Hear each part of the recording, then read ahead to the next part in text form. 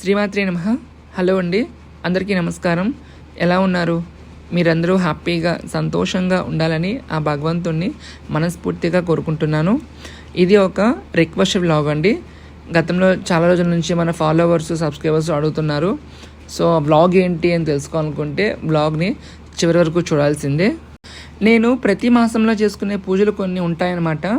అందులోని సంకష్ట చతుర్దశి, అలాగే పౌర్ణమి పూజ, ఇంకా అమావాస్య లక్ష్మీ పూజ, ఏకాదశి పూజ, ఇలా కొన్ని ఉంటాయన్నమాట. సో నేను ఈ అమావాస్య లక్ష్మీ పూజని 2024లోని దీపావళి అమావాస్య అమావాస్య రోజు నేను మొదలుపెట్టాను అనమాట. అప్పటి నుంచి మొదలుపెట్టి ఇప్పటి వరకు నేను ప్రతి మాసంలో కూడా చేసుకుంటూ వస్తున్నాను. సో కొన్ని రోజుల నుంచి ఏంటంటే ఒక 4 months బ్యాక్ వరకు ఏంటంటే కమెంట్ సెక్షన్స్లో నేను రీల్స్ షార్ట్స్ పోస్ట్ చేస్తాను కదా, కమెంట్ సెక్షన్స్లో కమెంట్స్ వస్తాయన్నమాట. పూజా విధానం మాకు చెప్పండి, మేము చేసుకుంటున్నాము, ఈ పూజ మేము కూడా చేసుకోవచ్చా, దీనికి ఏమైనా నియమాలు ఉంటాయా అని చెప్పేసి కమెంట్స్ చేస్తుంటున్నారు.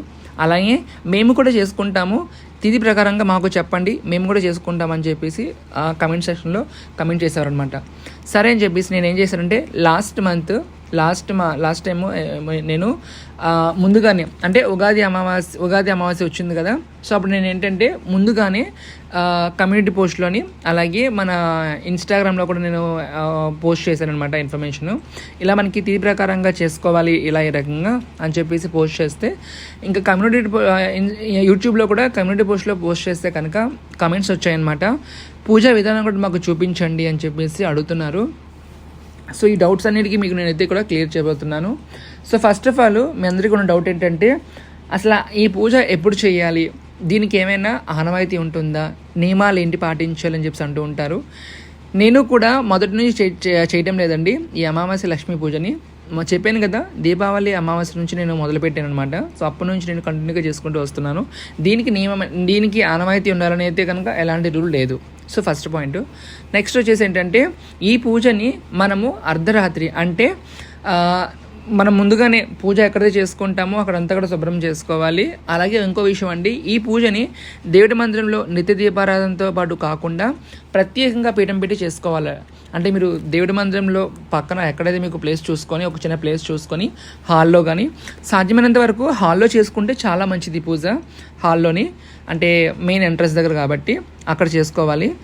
లేదనుకుంటే హాల్లో మీకు కుదరదు అనుకుంటే కనుక దేవుడి మందిరం పక్కన అటు ఎవరో చూసుకుని అక్కడ పెట్టి చేసుకోండి. సో ఈ పూజని మీరు ఎప్పుడు మొదలు పెట్టాలంటే అంతా సిద్ధం చేసుకోండి. మీరు అలంకారం ఎలా చేసుకుంటారో చేసుకోవాలంతా కూడా సరిగ్గా 12 గంటలు అవుతున్నప్పుడు మనకి అమ్మవారిది అష్టోత్తరం కానీ, మహాలక్ష్మి అష్టకం కానీ, కనకదార స్తోత్రం కానీ, శ్రీశక్తం కానీ వీటిలో ఏదో ఒక శ్లోకం చదువుకుంటూ ఉండాలన్నమాట. అంటే మీరు పూజ ఎలా చేస్తున్నారో మీ ఇష్టాన్ని ప్రకారంగా చెప్తున్నాను. ఒకవేళ మీకు షోడశోపచార పూజ వస్తే కనుక ఆ రకంగా చేసుకుంటే కనుక ఈ పూజని మీరు సరిగ్గా 11:40కి పూజ మొదలు పెడితే కనుక 12 గంటలు అవుతున్న టయానికి ఏదో ఒకటి నడుస్తూ ఉంటుంది అనమాట. అంటే నేను మీకు పూజ విధానం తర్వాత చెప్తూ ఉంటాను, జస్ట్ మీకు చెప్తున్నాను ఎప్పుడు మొదలు పెట్టాలి ఏంటన్నది. సో ఆ రకంగా చేసుకోవాలి. ఇంకా ప్రసాదాలు అంటారా, మీ ఇష్టం. అమ్మవారికి ఇష్టమైనటువంటి ఉంటాయి కదా, పాలు కానీ లేదంటే పూర్ణాలు కానీ ఇలాంటివి చేయగలిగితే చేసి పెట్టవచ్చు. లేదు అనుకుంటే పళ్ళు అలాంటివైనా సరే మీరు నైవేద్యంగా సమర్పించుకోవచ్చు. సో ఇదండి నియమము. ఎప్పుడు చేయాలి, ఎలా చేయాలి, ఎప్పుడు మొదలు పెట్టాలి చెప్పాను కదా. ఇంకా పూజా విధానానికి వస్తే కనుక ఈ పూజను మీరు సామూహికంగానే చేసుకోవచ్చు. అంటే మీరు నిత్య దీపం ఎలా అయితే పెట్టుకుంటారో సో చక్కగా ఒక ప్లేస్ ఏర్పాటు చేసుకుంటాం కదా, ఆ ప్లేస్ దగ్గర మహాలక్ష్మి అమ్మవారి ఫోటో, అలాగే మీ దగ్గర అమ్మవారి విగ్రహం ఉంటే విగ్రహం పెట్టుకొని చక్కగా మీకు వస్తే షోడశోపచార పూజ సరిగ్గా 11:40కి పూజ మొదలు పెట్టండి.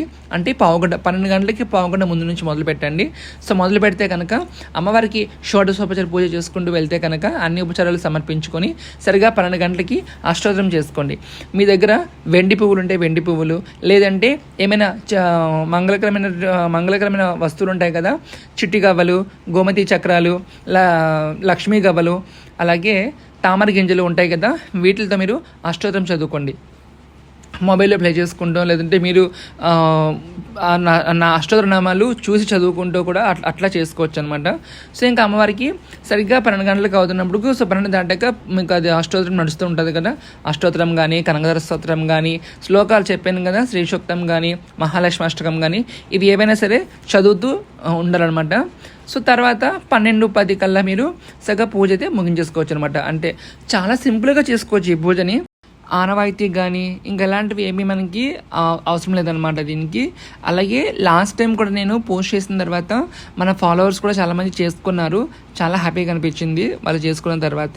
సో చాలా సింపుల్గా చేసుకోవచ్చు. ఇంకా పూజ పీఠం ఎప్పుడు కదపాలి అంటే మీకు ఒకవేళ అమావాస్య తిథి మిడ్ నైట్లో ఉండేలా చూసుకోవాలి.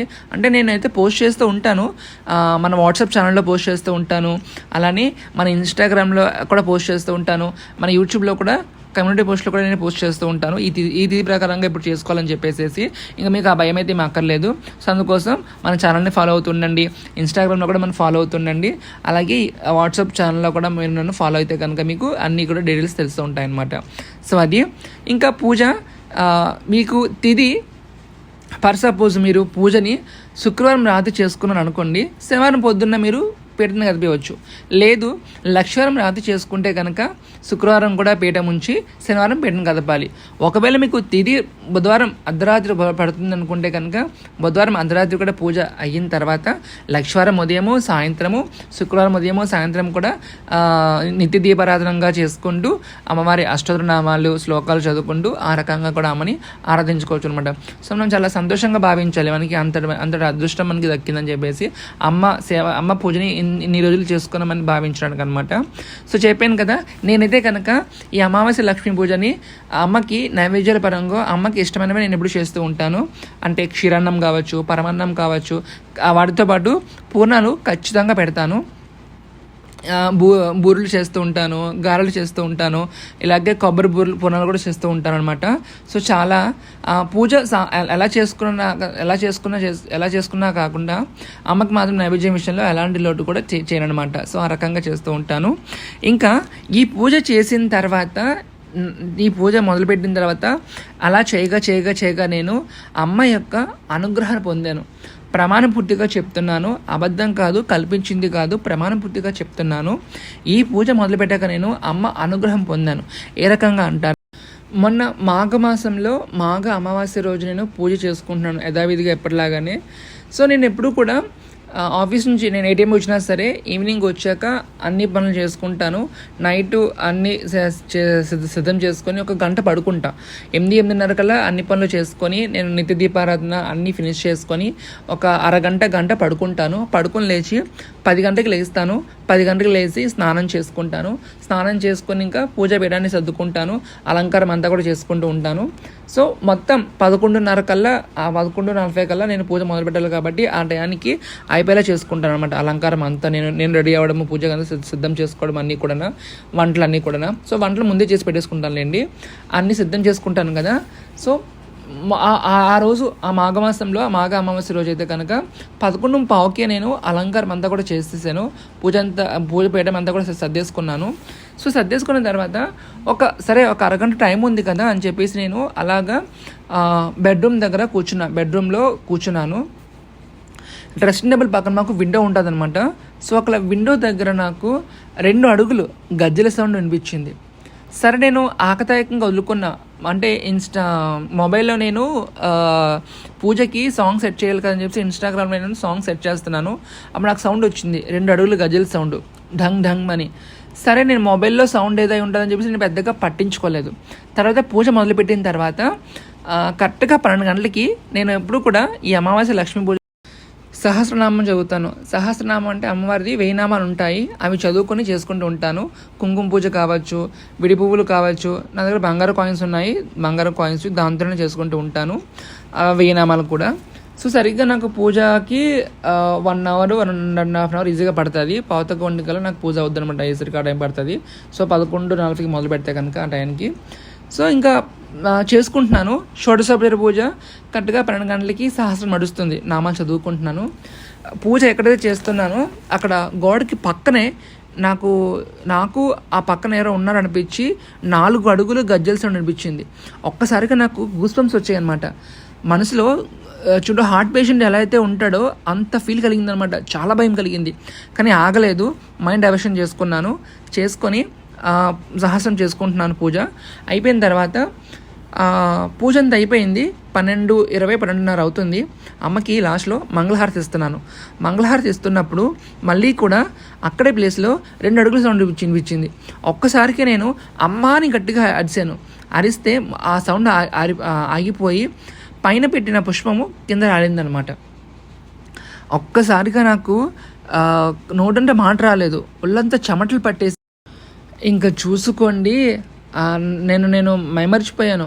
అసలు ఏం చేస్తున్నాను కూడా నాకు అర్థం కాదు. అలా అమ్మని చూస్తూ ఉండిపోయాను. కొంచెం ఎమోషనల్ అయ్యాను అనమాట. భయం అయితే వేయలేదు, భయం పడలేదు, కొంచెం ఎమోషనల్ అయ్యాను.